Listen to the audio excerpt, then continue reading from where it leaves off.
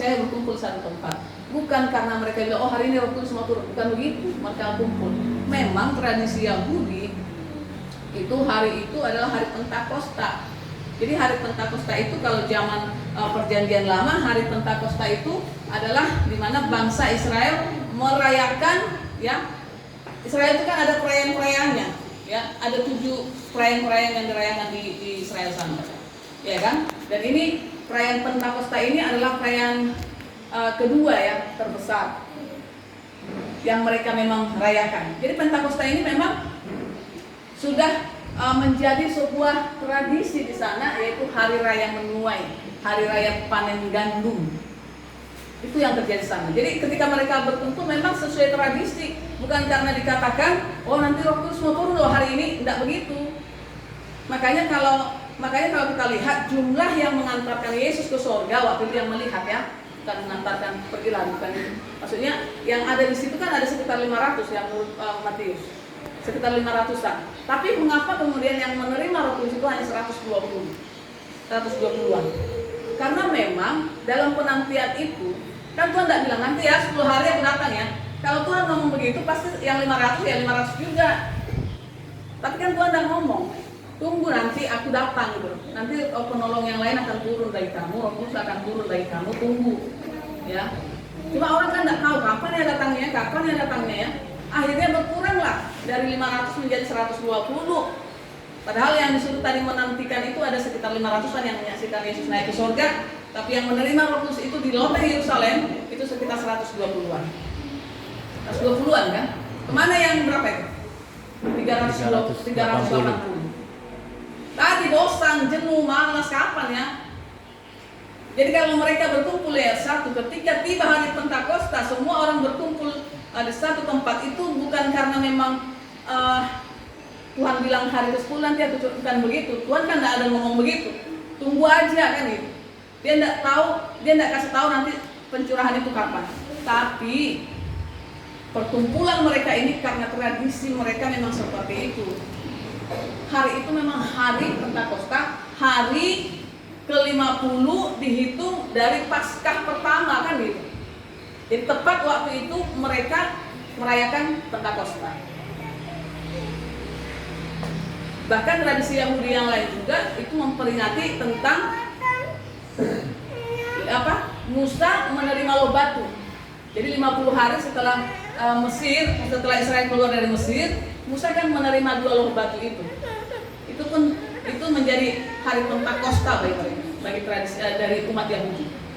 Ya, jadi ketika orang Israel keluar dari Mesir 50 hari setelah itu kan Musa menerima loh batu yang ditulis sendiri oleh Tuhan dengan tangannya sendiri. Hebat ya, mantap.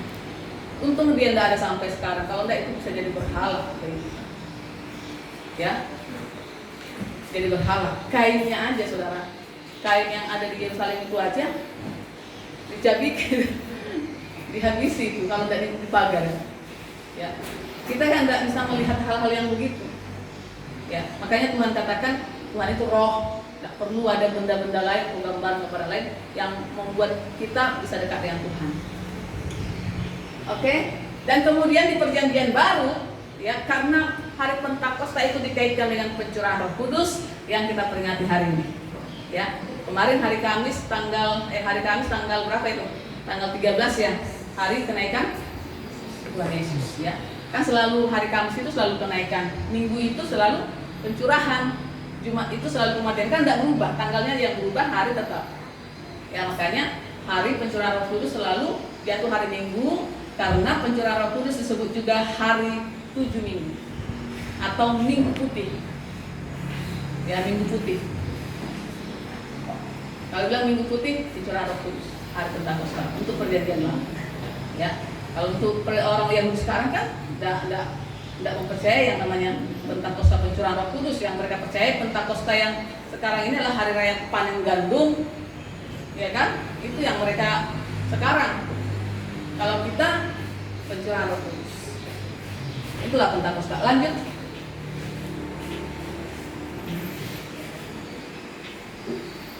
Ya, jadi kalau kita lihat tadi di sini di Pentakosta ini tiba-tiba ayat 2, tiba-tiba turunlah dari langit suatu bunyi seperti angin keras yang memenuhi seluruh rumah di mana mereka duduk. Jadi Tuhan itu ya biasanya kehadirannya itu kalau di perjanjian lama bisa berupa angin, api, ya api, gempa, angin.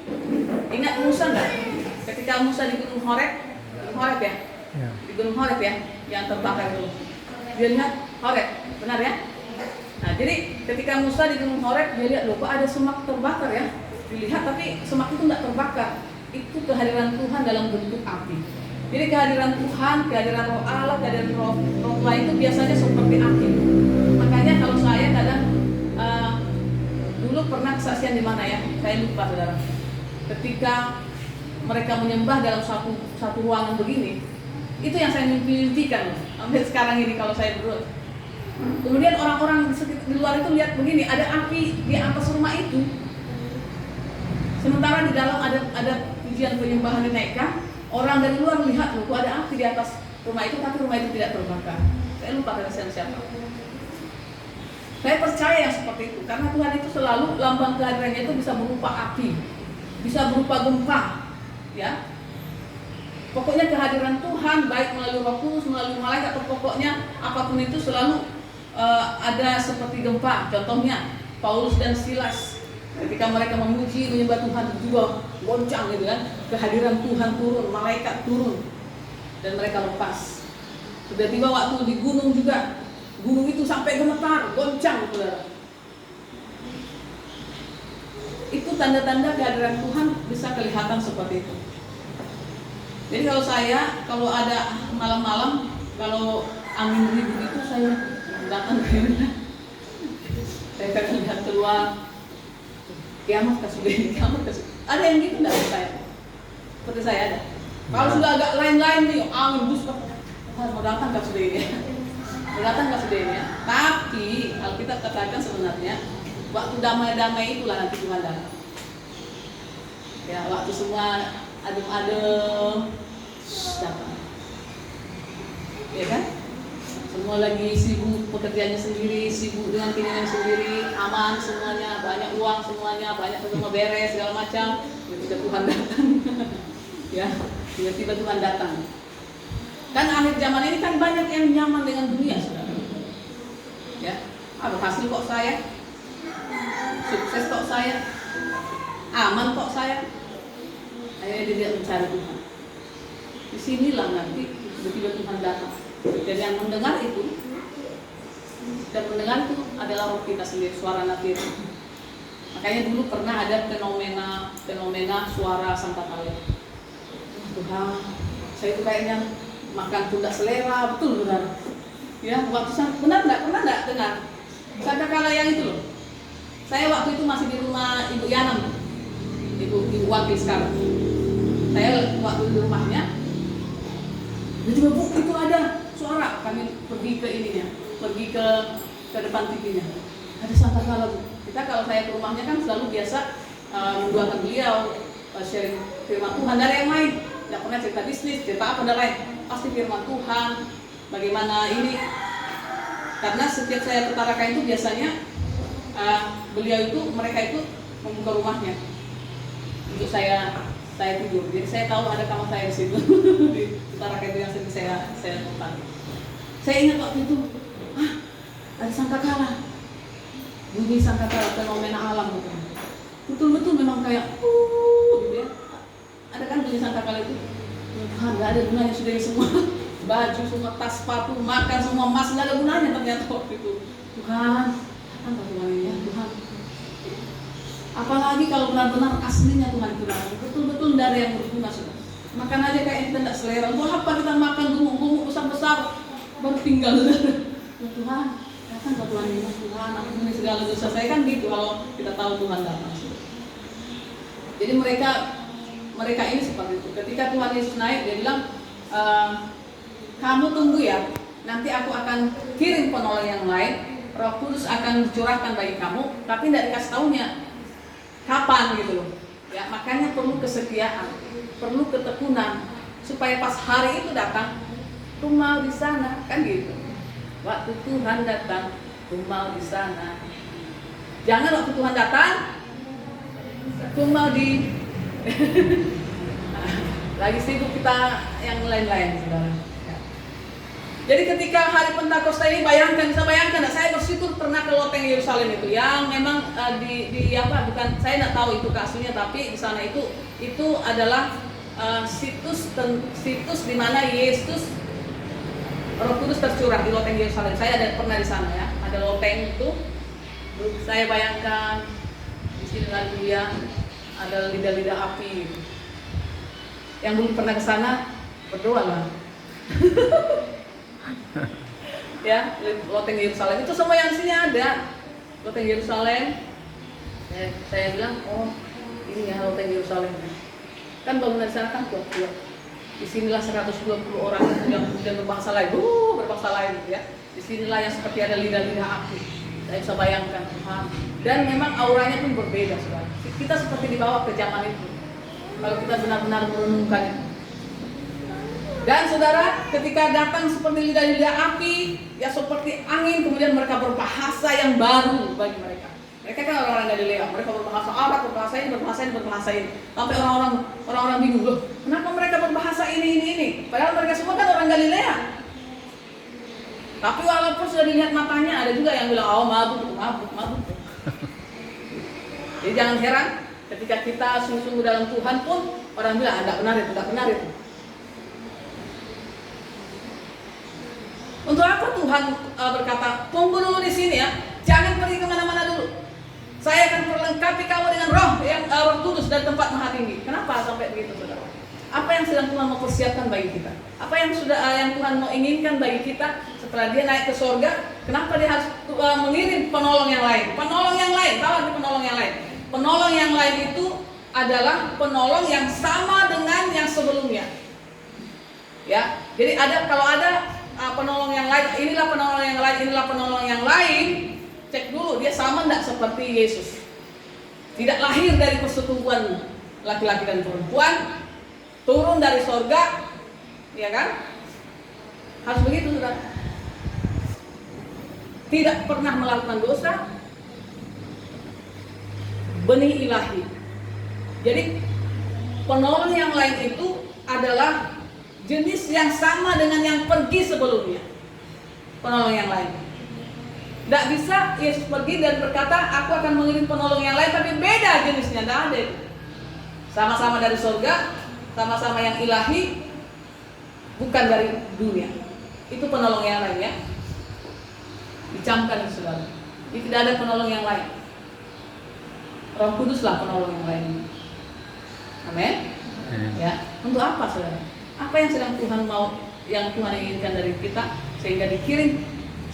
Sebegitu pentingkah Roh Kudus itu sampai Tuhan bilang, kamu tinggal dulu di sini ya, nanti saya perlengkapi kamu dengan Roh, baru kamu akan bisa melakukan pekerjaan ini. Coba buka deh.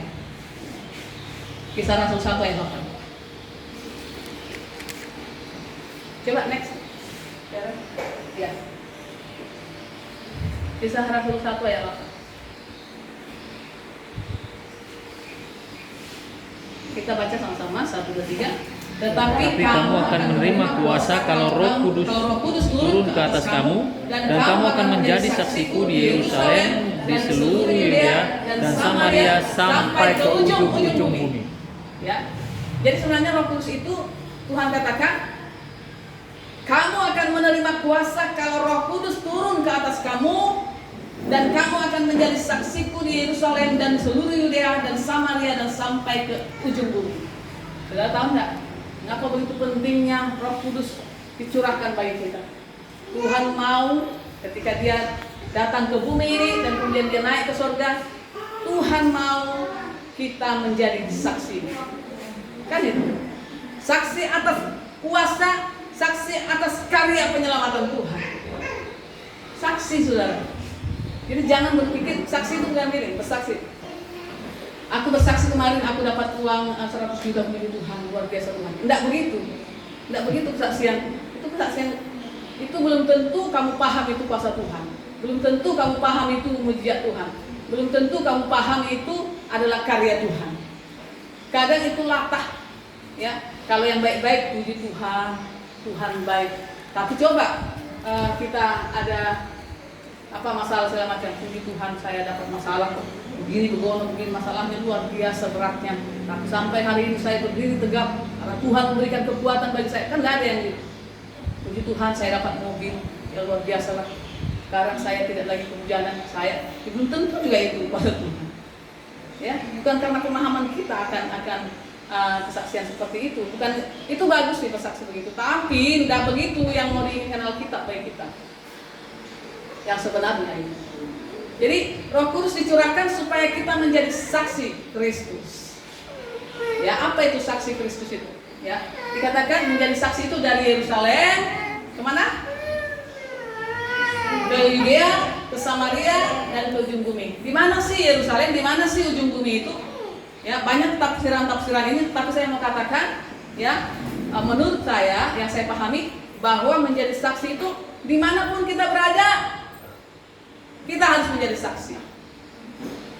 Tidak perlu dulu nanti di Yerusalem dulu dikotbahi istrinya, tidak umpan-umpan, akhirnya dia tidak pernah beranjak dari situ. Ini dulu istriku ini, sampai kiamat dunia tidak selesai-selesai, saudara. Bukan itu maksudnya. Semua harus kita lakukan. Kasih Injil sama suamimu, kasih Injil sama istrimu, sama anakmu. Tapi jangan berpatokan di situ. Kalau tidak diterima ya, tetap lakukan, tetap juga lakukan yang lain gitu. Amin. Janganlah. Saya aja keluarga saya aja belum selamat. Itu alasan kemalasan. Tuhan katakan dari Yerusalem, kalau sudah Yerusalem beres, baru pindah ke Yudea, bukan begitu kan? Tidak ada kan ayat yang gitu. Kalau sudah seluruh Yudea beres, baru sampai ke ujung bumi. Gitu. Pokoknya di mana kita berada. Kalau di rumah, berarti di keluarga. Kalau di luar, di kantor, berarti di sekitar kantor. Kalau di jalan, berarti di jalan. Kalau di mobil, berarti di mobil. Kan gitu. Itu aja simpel menjadi saksi. Tak perlu ribet. Yerusalem. Dibahas ini orang yang suka membahas ini. Yerusalem, Yudea, Samaria. Dibahas semua kata-katanya. Bilang aja kalau malas. Orang yang tidak melakukan apa-apa itu biasanya banyak teorinya. Lakukan aja, saksikan Tuhan baik. Saya pernah saksikan. Saya kalau Jakarta itu dulu, saya dari Bekasi ke Sudirman, Annex Building, samping Majayan kan saya ibadah 10 tahun di sana. Saya dari Bekasi itu, kalau saya tidak ngamen, saya kan bawa gitar, saudara. Permisi Pak supir, kenapa? Saya berpikir dulu, kalau saya dari Bekasi ke Jakarta, Maya Sari Bakti itu bisa sampai 60 sampai 80 orang. Kalau saya dalam perjalanan saya berkata Yesus adalah juru selamat, 80 orang. Balik 80 orang. Yang mendengarkan satu hari itu 160 orang. Firman Tuhan. Saya lakukan. Tapi kalau saya lagi tidak bawa gitar, di samping saya itu tidak pernah lepas dari Injil. Pak mau kemana? Nanti pasti saya Injil. Kalau dia bukan orang yang dekat dengan saya atau orang yang memang ketemu di situ, saya tancap gas untuk menginjilinya. Saya tancap gas. Beda dengan orang yang memang hari-hari kita ketemu, bisa pelan-pelan. Karena ketemu juga, tapi yang tidak pernah ketemu, tancap gas dari awal sampai akhir, selesai. Iya kan? Di pesawat pun begitu. Dimanapun begitu kita harus, apalagi kalau sudah dipancing kita bicara, saudara. Ini kan kadang kita ditanya pun nggak tahu. Kamu ini ya, kamu menyembah manusia yang menjadi Tuhan? Tidak tahu lah. Tidak dijawab. Kenapa? Karena kita tidak punya kesaksian. Kita tidak punya kuasa menjadi saksi. Banyak sekali pertanyaan-pertanyaan yang diarahkan kepada kita tidak sanggup untuk menjawabnya. Dan tidak mau tahu gitu. Ya. Jadi saudara, menjadi saksi itulah keinginan Tuhan. Makanya dia curahkan rohnya bagi kita supaya saya dan saudara menjadi saksi Kristus. Apa yang kita saksikan? Coba. Apa yang kita saksikan? Menjadi saksi apa yang kita mau saksikan? Ya. Nah, menjadi saksi itu berarti apa sih? Menyaksikan Yesus Kristus Juru Selamat. Walau saksi itu artinya kan begini, saksi itu berarti orang yang tahu perkara itu kan. Saksi itu kan orang yang memang mengetahui situasi itu. Tapi tidak usah berkecil hati, aku kan tidak ada di zaman Yesus, jadi saya tidak menjadi saksi. No. Petrus ketika dia berkata, siapa aku? Kamu adalah anak Allah yang hidup. Bukan kamu yang memberikan itu. tapi Allah lah yang mengungkapkan itu bagi kamu. Jadi menjadi saksi itu bukan berarti kita harus ada menjadi saksi di zaman itu, tapi kita bisa disingkapkan pengertiannya oleh Tuhan dengan kita belajar firman Tuhan. Akhirnya kita tahu, oh Yesus itu juru selamat. Dibukakan pengertiannya bagi kita. Oh Yesus itu juru selamat. Dia sudah mati. Jangan sampai tidak tahu bagaimana Tuhan datang ke dunia. Kenapa Tuhan datang ke dunia? Tidak tahu. Kenapa dia disalib? Tidak tahu lah ya. Aku juga heran kenapa dia jadi kalah dia. Itu kan dibilang sama kita, kalah ya, anak mudanya kalah gitu ya. Kita tidak paham. Kita tidak mengerti menjelaskannya kepada orang. Jadi seorang saksi itu menyaksikan Yesus Kristus sebagai juru selamat. Bagaimana kemudian kenapa Yesus datang ke dunia? Nah, kita bisa sanggup memberitakannya, saudara. Mulai dari kejatuhan manusia ke dalam dosa, kemudian kasih Tuhan yang besar, kemudian bagaimana manusia mencari Tuhan dan tidak ada yang berhasil. Kemudian Tuhan datang mencari manusia, bukan manusia yang mencari Tuhan. Kalau manusia yang mencari Tuhan tidak dapat, tapi karena Tuhan yang datang mencari manusia baru ketemu. Tapi ketika sudah datang, datanglah kepada Yesus. Jangan Yesus sudah datang ke dunia, kita pergi kemana gitu loh. Sebelum Yesus datang ke dunia, tidak satu pun yang bisa bertemu dengan Tuhan. Ketika Yesus belum datang menyatakan dirinya lewat Yesus Kristus, Allah menyatakan dirinya lewat Yesus Kristus, tidak satu pun usaha manusia bisa menjumpai Tuhan. Tapi Tuhanlah yang datang menjumpai, Allah lah yang datang menjumpai manusia melalui Yesus Kristus. Masalahnya kita kadang sudah datang, rohnya lemahlah kita, pergilah kita ke sana, pergilah kita ke sana. Tuhan bilang, marilah kepadaku. Barang siapa yang percaya, Tuhan itu tidak memaksa orang. Jadi kita bersaksi itu untuk apa? Menyaksikan karya keselamatan Yesus. Sekarang saya mau tanya, sanggupkah saudara menyaksikan karya Yesus secara firman Tuhan? Bisa? Kalau ada yang nanya, Mateo, gimana sih Yesus itu? Ya itu yang salib itu. Itu yang salib. Kemudian apa dia? Bisa nggak begitu mengajarkan? Tidak begitu, saudara. Harus sistematis dia. Bagaimana sampai kemudian pencurahan Roh Kudus ini sampai Yesus datang kedua kali. Makanya belajar firman Tuhan dengan pertolongan Roh Kudus. Kalau tidak pertolongan Roh Kudus, tidak paham kita apa juga ini, apa juga ini. Tapi kalau kita dituntun oleh Roh Kudus untuk belajar firman Tuhan, kita seperti diajarkan. Makanya kalau kita baca firman Tuhan, saudara coba ya. Ketika saudara dituntun Roh Kudus dan membaca firman Tuhan, seperti ada suara di telinga saudara mengajari, ini loh artinya, ini loh artinya. Siapa yang mengalami itu? Ada kan? Ada.